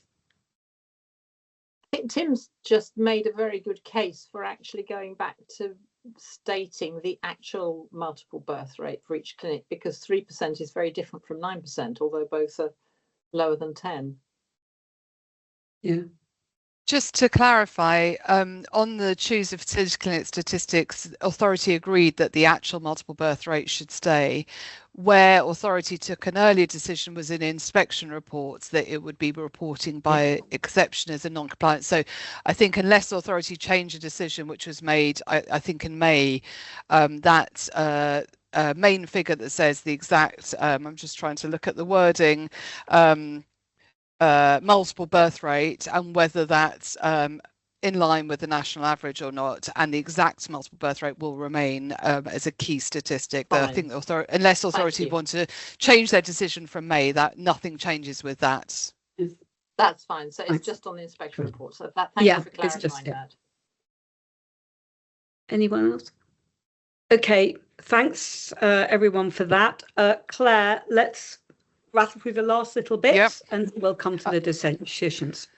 Okay, so section 7 looks at what we've called some methodological questions, and these are really some technical details that are arising from the verification process.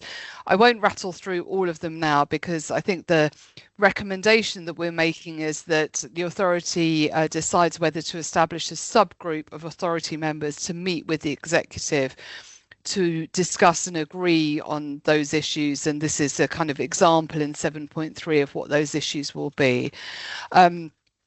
Whatever, if the authority agree to do that, whatever decisions are made will be documented. A methodology statement will be included in communications from Kevin directly to clinics, but we'll also ensure that we publish that on the clinic portal, so for people to refer to that in future years as well. So that's all I really want to say on that section 7. I'll pause there. That's fine. Okay, and then moving on to section 8, this was really just an outline of what we are thinking of in terms of communications. I mean, subject to authority discussion, this isn't something that we'd normally issue a kind of media release or press release on, but however, it is something that we'd clearly communicate through our website, our social media channels to patients and the public, and through clinic focus to professionals and those working in the sector. There is some sort of outline, I guess, at the last bullet point of 8.1 that our hope is to publish whichever statistic authority choose today. Our hope is to publish that data before the end of 2025. We do know that some patients do spend the kind of quieter period over the holiday and the new year in thinking about their treatment choices for the new year. So we would want to make this information available as soon as possible. We wouldn't want to hold on to it, but that's not to say that we wouldn't do kind of several rounds of publishing that it is up to date on social media. So, you know, we would do that when it's published in December, again, probably in January, and then, you know, it's something we would revisit throughout the year as well. So that's what I really wanted to just outline on the communication side. Claire, thank you very much indeed, and thanks for the whole presentation. It was very clear and very helpful. So I think now we come to section 9, which is really the decision, and we've got 5 decisions to make. I will go through each one. You'll please bear with me because I'm also looking at texts from Steve and Alison and from information from Geeta. So I'm trying to feed all that in at the same time. So we'll do it as we go. So I think, let me just turn section 9, and if everyone wants to turn section 9, and let's just go through. So the first decision is to decide which which of the statistics to go on the main profile page from 1 or 2 below should be published. We know we're going to publish the multiple birth rate, so the choices are 4, A to D: births per cycle started, birth per egg collection procedure, birth per embryo transfer procedure, and births per embryo transfer. And as Peter said, you know, what we might want to do is look at some sort of balance between, you know, what patients might prefer and what professionals might prefer, rather than do 2 that basically are saying the same thing. So, and sort of, I guess you would say A and B are in, you know, roughly the same thing, and C and D are, well, A and B are perhaps more what professionals might prefer, and C and D more what patients might prefer, if you can group them like that. So let me start with Catherine. Thank you, Julia. Let me just explain, if I may, how I thought about this before explaining what conclusion I drew, and the discussion's been really helpful. First, you know, I'm passionately in favour of the importance of consultation. I think this is a exemplary piece of work, both in terms of the number of responses that we had, the thoughtfulness, and the breadth of responses that we had between professionals, interested organisations, patients, and other members of the public. So I think it's really important that we keep at the forefront of thinking what the outcome of the consultation shows. That said, for me, I thought about this in terms of primarily making the decision around what is in the public interest. And for me, I think three things needed to be balanced in order to determine what's in the public interest. The first is, what is the function, what is the purpose of CaFCA? The second is, what is the target audience and what is the position and the nature of that target audience? And the third factor, which I think is extremely important, is fairness to clinics working in what is clearly a very competitive sector. So in answer to each of those points, for me, the purpose of CaFCA is clear. It's to provide the clearest, fairest, and most informative headline stats to enable patients and partners to make a reasoned choice of clinic. In terms of the nature and position of the target audience, in many cases, those coming to our headline webpage of CaFCA are going to be patients contemplating IVF for the first time. Obviously not in all, but in many cases. They're almost universally at a point of vulnerability, and I think it's fair to infer that many of those contemplating IVF for the first time, at the point at which they look at these headline rates, may not have very much knowledge or information about IVF practice and procedure. So I think taking those points into consideration, the crux is that these headline rates are both unambiguous and entirely comprehensible. And in relation to fairness to clinics, I think that that is an extremely important factor where the views of those responding to the consultation must be taken into account. So putting all of those together, it seemed to me that the fairest and most informative approach was to opt for two contrasting statistics, each of which is favoured by, and by inference is more meaningful to, respectively, professionals and patients. And my initial conclusion was therefore that we should be looking at births per embryo transferred, and secondly, influenced by the views of the consultation, births per cycle started. However, as a result of this discussion, and in particular points made by Tim, I am persuaded that the more informative of those second statistics is probably not per cycle started, but is in fact per egg collection. And my only caveat to opting for that would be that it's incredibly important, bearing in mind the nature and position of that target audience, that we go to extreme lengths to explain what egg collection means and how it differs from per cycle started.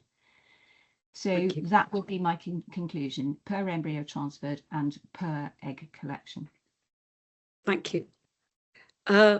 Others? Tim, Francis, let's have you, and then we'll Francis. I'm very finely balanced between per cycle started and per egg collection. I understand the points Tim has made, and I think for those we're assuming that we would include all cycles. I just wonder whether there's a problem with including PGTA cycles in one and not the other, in the per embryo transferred. We decided earlier, I think, that excluding PGT cycles made more sense. And is it then difficult if we're using including different things in different measures. Sorry, I haven't articulated that very clearly, but hopefully people will understand what I mean. Okay. Christine. So for one, I would go with B, births per egg collection procedure, and D, births per embryo transferred. And then in that context, with what Francis has said, in number 2, I would go with the fresh and frozen cycles, not including the donor egg cycles or the PGTA. Okay. Thank you. Rosamond. Thanks, Julia. Yes, so everybody's expressed things very helpfully and clearly and so forth. Going back in a sense to an earlier thread of the conversation, but absolutely relevant to this choice now, we talked about the tension between autonomy and paternalism and so forth, and a bit of a worry about that, etc. But I do think that's resolved by a reflection that I think Tim has brought out about what is in fact the most informative potentially for patients. And of course, uninformed autonomy, put crudely, is not a great, is not. So as you say, Catherine, most of the people looking at this probably will be people who haven't started a cycle at all yet. And so for whom they're that much more, potentially uninformed, or have got bits and pieces from other people or whatever. So I'm absolutely in favour of whatever we think is the most informative. And I don't think we need to worry about the slight difference in terms of the initial consultation saying that patients preferred per cycle started, because I think we're not saying something in tension with that. We're trying to think about autonomy and information here. And I'm definitely in favour of 2 complementary ones. And based on especially things that Tim has said, potentially egg collection procedure and births per embryo transfer, although I initially started with A and have moved from that. As regards, if we're bringing that in now for simplicity, as regards the other elements, yes, fresh and frozen, not donor eggs, not the combined rate, etc. Obviously, the PGTA thing, I think, Tim, you made this point about not for embryo per embryo transferred, and you made a very, very interesting point about potentially including it for egg collection procedure or egg cycle starter, etc. And I think that is a very interesting point, because you were talking about the way that it might show that it wouldn't increase, it backs up why it's red rated for certain reasons, etc. My worry about that is that it might be confusing for patients, especially if you've not started anything yet. And you might wonder, well, why are they including this here and not including it there? At least if we've got the information available lower down, which of course we will have. So I think it's a really interesting point. My worry is patients might try to second guess why does one figure include it and one not, but that's just my thought at this stage. Thanks, Julia. Thanks, Rosamond. Tim. Yeah, so I think for the primary one, as we've had for a while, should be births per embryo transferred, as I mentioned beforehand. I mean, I prefer just birth per egg collection procedure as the second one, but I'm not a long way from births per cycle started. And to be honest with you, the data are pretty similar when you look at any large databases. There's not a massive difference anyway. So I could probably be persuaded one way or the other on that. And there's pros and cons of each. I probably would stick with B for that. As I said beforehand, I think fresh and frozen cycles together with per embryo, because that will give us the biggest data, the largest data set, and therefore statistically the most use. Donor egg cycles should be excluded because they really will skew the data, and they should be presented separately.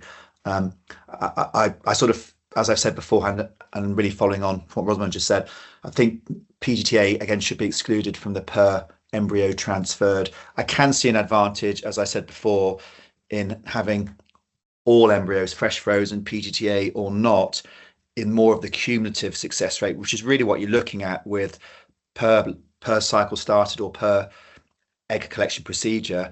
It's not a single event. The denominator is a single event, but the numerator, you're adding up and adding up and adding up. So that's it is a very powerful metric. And I note that the Americans have gone down that route, and the SART database have really gone for cumulative. And my sort of concern is, and I think by adding it'd be very important to message and make it very clear to patients why, if we went down this route, why there would be PGTA here and PGTA not there. But I think because what we're saying from a SCAC perspective is that cumulatively there is no advantage of PGTA cumulatively. I don't think we should hide away from that. And if the data shows that in the UK, cumulatively, there is no advantage of PGTA, that's a really powerful statement. So that's why I would favour it. But I can understand that from a messaging point of view, it might be considered confusing and it wants to be buried more deeply. And I would accept that. Thank you. Alex. Thank you. I think we're reaching convergence. Thank you to everyone for your contributions. And Catherine, thank you for talking through your thought process, which was very similar to mine. And, you know, an obvious thing to say, and Peter said it right at the beginning in May or whenever we had this first discussion, that there is no perfect statistics. And we all know no health data is perfect. And we are helping people. We are helping people make a choice. And I think for a lot of people, despite this data, as we saw in the patient survey, they will choose the nearest clinic because that is the best way to organise your lives, and we'll welcome that. And you know, it's been slightly depressing in a lot of my NHS work that people know I have done. Actually, what we find patients care about is the quality of hospital food and how much it costs for parking, not surgical outcomes. And again, you know, we need to respect the way they make the decisions. But I very much agree with one of A and B and one of C and D. And I also agree with colleagues that I would go for the per egg collection and the per embryo transferred out the two. So I think they're probably the most relevant. And having done the consultation, I think it kind of fairly reflects views. Although, of course, the data was so similar, almost whatever we picked has fairly reflected someone's views, and agree with what others have said, that we should include fresh and frozen, and that for the per embryo transferred, which I think I said earlier in the meeting, we should exclude PGTA, and also noting that there's an inequalities issue there, that PGTA isn't available necessarily to everyone, I think, especially if you're getting treatment on the NHS. And interesting that PGTA is rising and that we still rate it red as in most cases, and so on. So I suppose separately might be something that we do some further comms on the pros and cons of PGTA to help people make decisions in the future. But that's obviously decoupled from today. So yeah, I would go with B and D. Thank you, Alex. Zeynep, and then Tom. Yeah, thank you all. I wanted to speak directly. Sorry, Zeynep, come to your microphone a bit. I will. I don't know why that's happened. It was working fine earlier. I wanted to speak directly to the comments regarding PGTA, especially what Tim was drawing our focus to earlier. And I have to say that as a patient, one of the things I found personally the most complicated was the decision making around PGTA, because while we might while of course it can't increase the live birth rate in the sense that it can't give you healthy embryos if you don't have them, it does have certain advantages, such as reducing miscarriage rate and reducing time to pregnancy.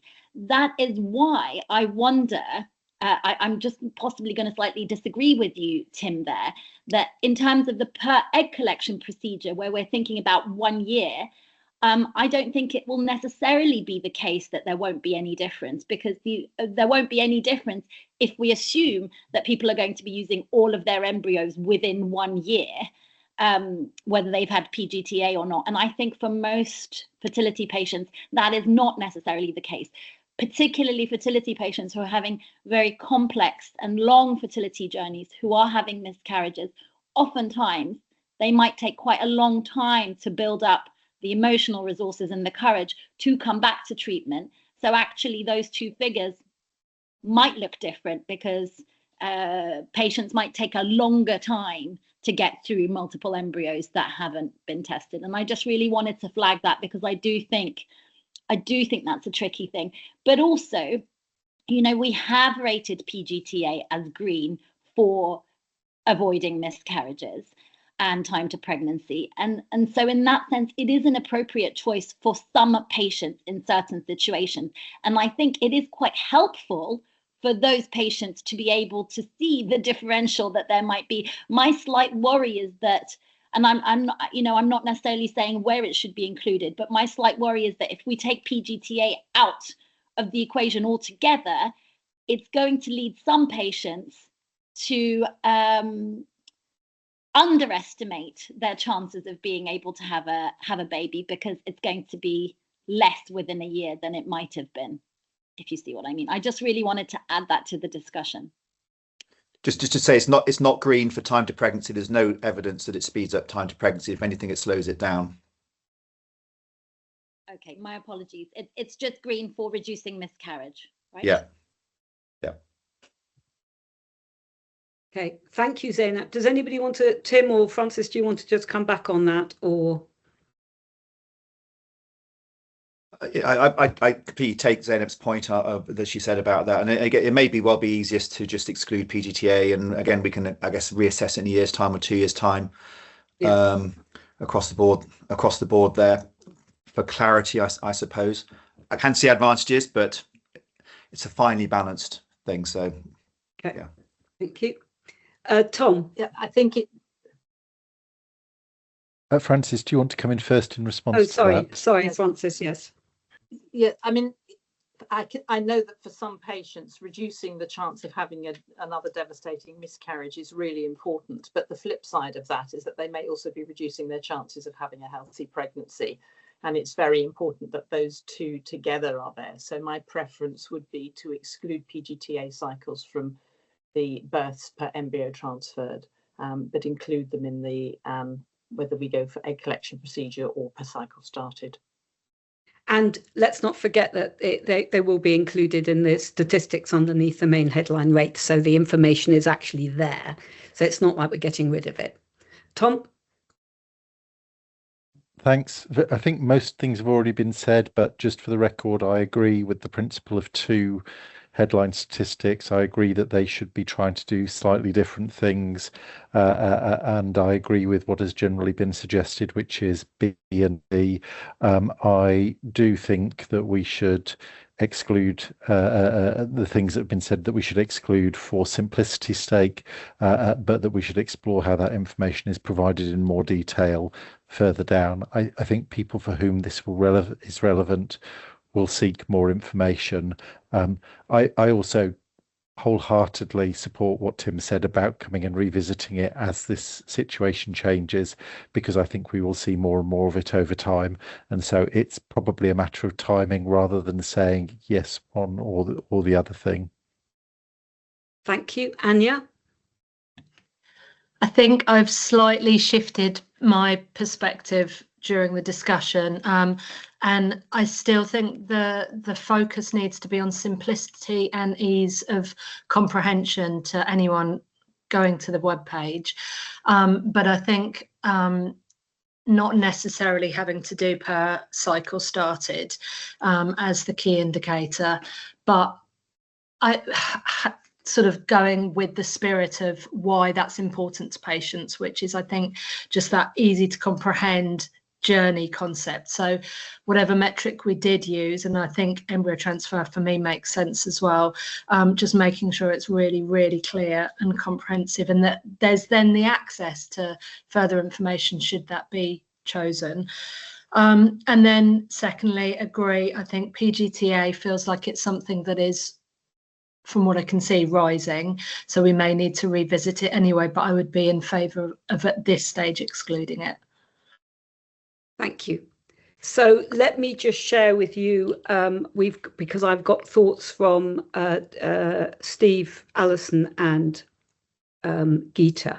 So on question 1, Steve and Alison both go for B and D, which is births per egg collection procedure and births per embryo transferred. Geeta went for births per embryo transferred, but also births per cycle started. However, I will go back to her on this, because there's been a number of people who have changed their minds during the meeting, or have said that, Tim said that he could be persuaded a little bit either way. So I think what we'll go back to Geeta on that.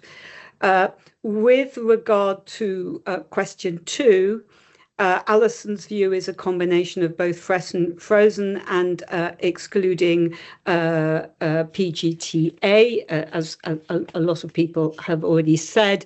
But I think when they're talking about fresh and frozen cycles, Alison's point, and I think the team should just think about this, is perhaps it's important to actually define what a cycle is, because patients get that is something that patients can sort of get confused about. Again, Steve Troop similarly agrees, fresh and frozen, excluding PGTA and donor egg cycles. Geeta had, and Rachel Cutting, I'll outline Geeta's view, but you might need to come in here if because you had a conversation with her. Geeta is very concerned about including both fresh and frozen cycles, because she feels that if you have both fresh and frozen and you don't exclude frozen, you are perhaps encouraging clinics to encourage patients to go through the trouble and expense perhaps of freezing freezing eggs, embryos, when there's no real need for it, and not them being used, and maybe it should just be restricted. Frozen cycles should just be restricted when there's a risk of ovarian hyperstimulation, because otherwise you're just encouraging clinics in some way to have patients freeze their eggs, pay for storage and so on, maybe not even use them. Whereas actually, if you took a fresh cycle, people would be very much more encouraged to go for creating embryos, having embryos transplanted, or using the embryos, using the eggs. Now, I don't know, and getting a baby out of it. I don't know whether everybody would agree with that, but I think it's that was her view. So I think it's important to put it before you that those embryos, patients would be, if with fresh embryos, they're much more encouraging to use them as opposed to just store them for the future. And she also thinks that with frozen embryos, it would encourage the use of PGTA. Now, that's not what I've heard from everybody else around the table, but I think we have to put that view forward. Rachel, is there anything you want to add to that? It was actually Claire that Geeta spoke to, but I can actually talk to that. Oh, I'm so sorry. I thought it was Claire. I thought it was you. And maybe Tim or Steve might come in on the clinical aspects. But certainly there was a shift a few years ago to doing more freeze-all cycles, and there was a national trial done called eFreeze as well, because there was a thought that if your hormones are high, then you might have a better chance of pregnancy if all the embryos are frozen and you have them replaced in a subsequent cycle. But the research didn't show that, and there seems to have been now not as many freeze-all cycles done for that reason. I think one of the reasons why we are seeing more frozen cycles being done is because of the quality of the embryos and the ability to freeze embryos and blastocysts, especially now, very well. So what happens is, if a patient has 3 lovely quality embryos on her day of embryo transfer, she'll have 1 back and 2 frozen. Now, because freezing wasn't you weren't as confident as the embryos, or they might not have produced as good success rates, there was a temptation in frozen cycles to maybe put 2 back in that cycle, whereas now there is a shift to doing single embryo transfer. So instead of there being 2 transfers from 1 batch of embryos, there's now 1 fresh and 2 frozen. So I think that's why one of the reasons that we're seeing a little bit more. Obviously, if we take PGT out, that would stop the increase of cycles being frozen for PGTA reasons anyway. And that tends to be why patients, what we call these batching cycles, when you'll have 3 cycles batch to batch and then do the testing. So I think if PGTA is coming out, we've sort of solved that problem. But I don't know if Tim from a medical perspective wants to say anything about this, the reasons why at some point, 10 years ago, people were doing a lot more freeze-all cycles. Yeah, I think there's certainly, with the improvement in the lab side of things, with vitrification, etc., then there's better quality embryos being made, freezing is better. So the big shift worldwide has been towards trying to do fewer stimulation cycles, which is a bit with the risk for the woman because of the egg collection procedure and the risk of OHSS, and move towards fewer egg collection cycles, better freezing, and then eking the embryos out, one by one in nowadays natural frozen cycles, which are extremely low risk. In fact, from the fetal side of things, it's safer than an embryo born from a fresh IVF cycle or a medicated frozen cycle.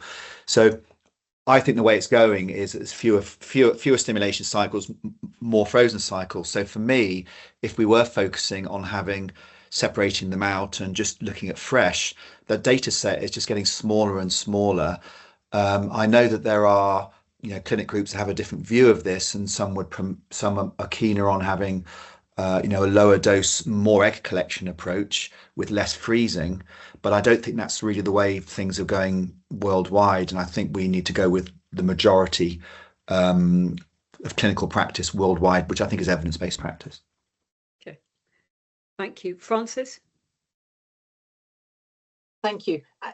Going back to a previous point, but several people have said exclude donor cycles, exclude PGT, but I just wanted to clarify, are we just saying exclude PGT from the births per embryo transfer, or per embryo, yes, or from both that and the egg collection or per cycle started? I thought we were suggesting we would only exclude PGT from the births per embryo transfer, but wanted to clarify that because some people in making their vote haven't been explicit. Claire, can you just wait a minute? Let's just have a. Yeah, I think. I mean, as far as it is. Sorry, it is from both. No. Sorry, I don't know if you can hear me, Julia. Yes, sorry, yeah. I can now. Sorry, I've lost visuals, but I think that's for the authorities to decide. I think when we were talking about this internally and with the consultation, I think that we thought that whichever figure was decided, whichever statistic decided, it could include or exclude these things. I'm not sure that we had envisaged that with different statistics, one might include something or one might exclude something, but subject to Kevin's kind of who's on the call saying it's possible or not possible, I think that could be possible to have one statistic that includes PGTA and another that doesn't. We just have to be very clear how we explain that to the public, but and if that's technically possible. I thought we were excluding them from both, actually. No. Okay. Peter. Sorry, Julia, I don't know if it can help. So I think Francis' summary is right. So we had assumed, as Claire said, that having asked you to choose metrics and then asked you to choose what was included in the metric, that would apply to both. But certainly my notes of the conversation are, most of this is very clear, but on the PGTA, there's a bit of a divergence. And I don't know whether this is because, as Francis suggests, people have not been explicit in their comment or they're merely implied. So, but I have a number of comments here, which have all, I think everybody has said, do not include PGTA in respect of birth per embryo transferred. But a number of speakers have said it would make sense to include it in either births per egg collection procedure or births per cycle started. So that's how my notes are looking at the moment. Okay. So I thought that actually in the end we've got more people looking. I'm getting notes from Alison and Steve, which are more people had said both, and keeping the said line very simple. Anya, Catherine, and then can we just have everybody just quickly coming in and saying what they think, because we need this to be clear. Anya first, then Catherine. I had assumed both, purely from the fact that not everyone has access to PGTA and that there might be a disparity issue if we do select it. So that's where I was. Okay, Catherine? Just to clarify, my vote would be to exclude from embryos transferred and to include if we're going with egg collection. Okay. That's been argued. Tom? Thank you. I'd said exclude from both for simplicity, but keep under review. However, I would not object to it being included Right. as described. I think Yep. it's a fine thing. Right. I think Steve agrees with you, and I think Alison does, but Alison, you can text me if not. No, Alex, Tim, what do you think? Alex? You're on mute, Alex. Sorry, apologies.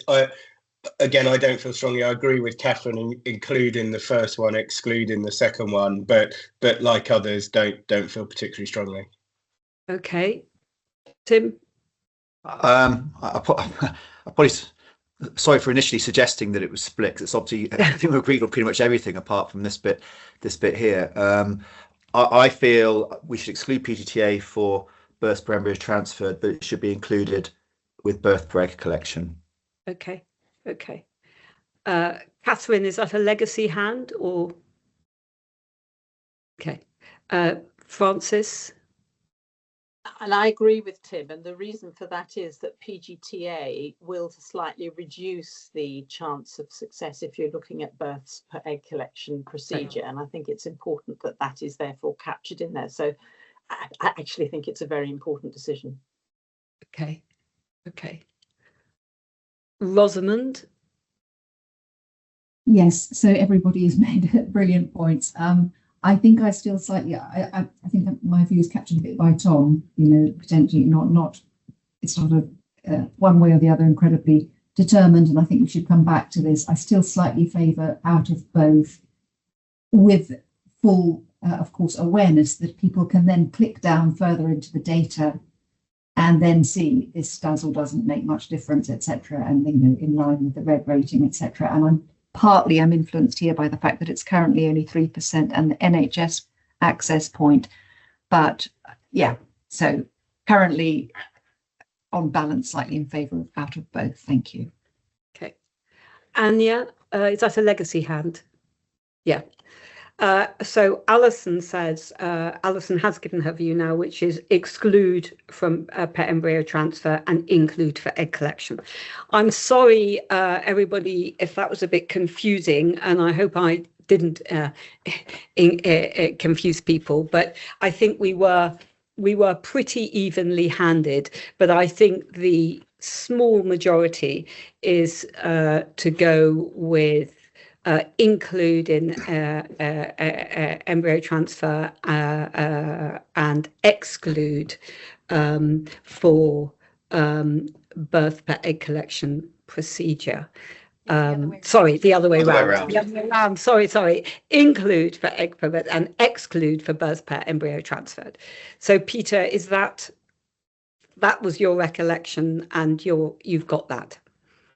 Yeah, that's my numbers too. I think it's a slight majority in favour of a split on PGTA, but I think there's a clear majority on birth per embryo transferred, and a number of people have clearly started off saying they were as the secondary measure birth per egg collection procedure, and a number of other people on birth per cycle started tended to drift towards egg collection. So my sense is you have a consensus around those two metrics, and including fresh and frozen, and excluding donor and the combined rate, and then the split we've just described on PGTA. And that feels to me like the consensus of the discussion. Yeah, I think it does.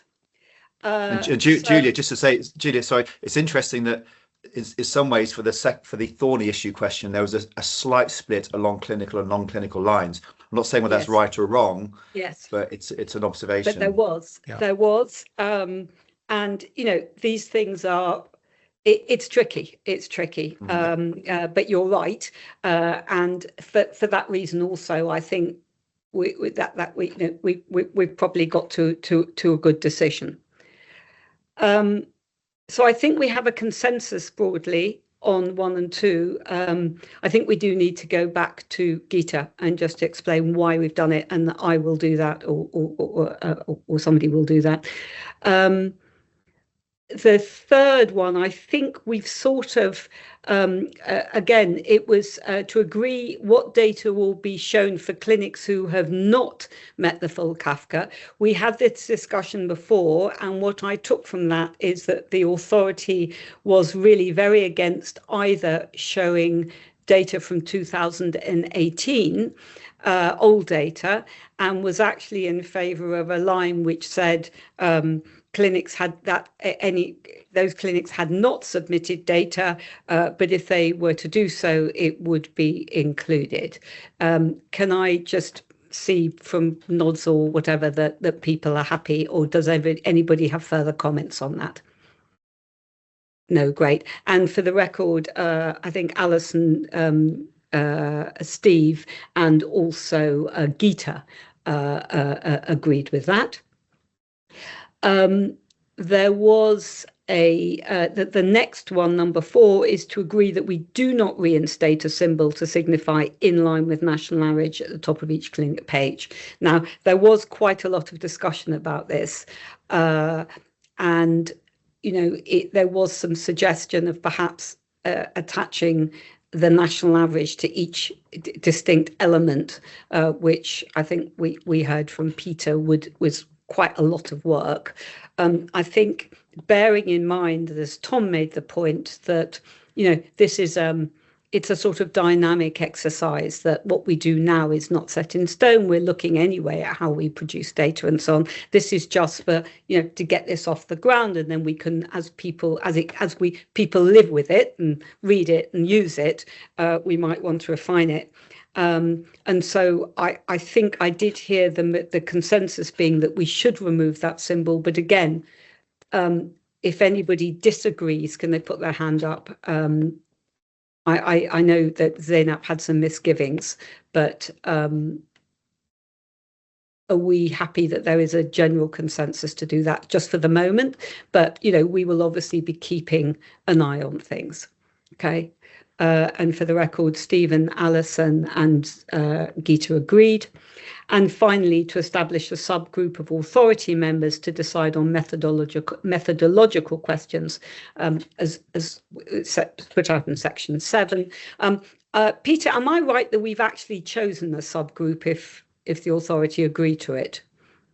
Yes, because these are technical questions. We'd assume that this is a principally discussion with clinical members. Yeah. That's what I thought. So I think, please, again, raise your hand if you don't agree with this. But I think this feels a very convenient way of just, sweeping up the odd questions. And again, Geeta and I think Stephen and I think Alison agree with that. Catherine. I'm entirely happy with it being primarily a decision for professional members of the authority. I just wondered, Peter, whether the definitional points would be for the purposes of also including in CAFCA pages, and therefore whether it would be useful to have at least one lay member just to do a sense check on lay comprehensibility. It's not really for that purpose, Catherine. So this allows us to explain to clinics when they send and categorize data exactly how so it's to ensure sort of what I might call consistent counting within the data submission process and definition, rather than something we would look to explain. The sort of methodology statement, which hasn't been updated for a number of years, runs to several pages and is entirely an internal and sort of technical discussion. Thank you for the clarification. In that case, I'm entirely happy with exclusively clinical members. Yeah, thank you. Great. And also, just for the record, Christine had to leave, and she's just sent me an email really agreeing with the decisions we've just taken that she wasn't in the room for, which is 3, 4, and 5. Right. Thank you all very much indeed. That was not easy, and particularly not easy to do it online and particularly not easy to do it with some people not able to participate as fully as they wanted, and having I hope I wasn't too distracting looking at texts and so on, but I think it sort of worked. I think we've now got to any other business. I'm seeing a couple of hands. Catherine, is that a legacy hand? Peter, is there anything else on this particular discussion before we get to any other business? Just one. You sort of covered it, Julia, but this is better than, if you like, sending an email. I just wanted to offer an apology. It's difficult enough doing a meeting with all of you online, and clearly the tech didn't work as it should have. We'll look into that. We can't. There's no point us arranging remote meetings if we can't get to a place where all of you can participate in a straightforward way. So please accept my apologies. I'm not sure what the problem is, but clearly it didn't work as it should have. Thank you. I mean, the tech in the building generally where you are is not great. So, but thank you, and thank Ali as well for sterling efforts to try to get everybody in. I mean, she was doing a great job in impossible circumstances. So any other business? Well, just one thing, or a couple of things really. Firstly, delighted to announce that Christine Watson has now been reappointed for further 3 years. That's just come through, so that's really, really good news. She's just gone, but again, she's just emailed me her views, so I've emailed her back to say we've done that. And I'm very much looking forward to seeing everybody for our away day. We've got a private session on the 18th, and then the next full authority meeting on the 19th of November. And for any of non-authority members who would like to observe in the usual way, you can email the usual email, which I think is governance@hfea.gov.uk, to ask to be admitted to that meeting. But otherwise, thank you so much. That was not easy, and very much appreciated, and see everybody on the 18th. Well chaired, Julia. Thank you so much, Chair. Thank you. Thanks.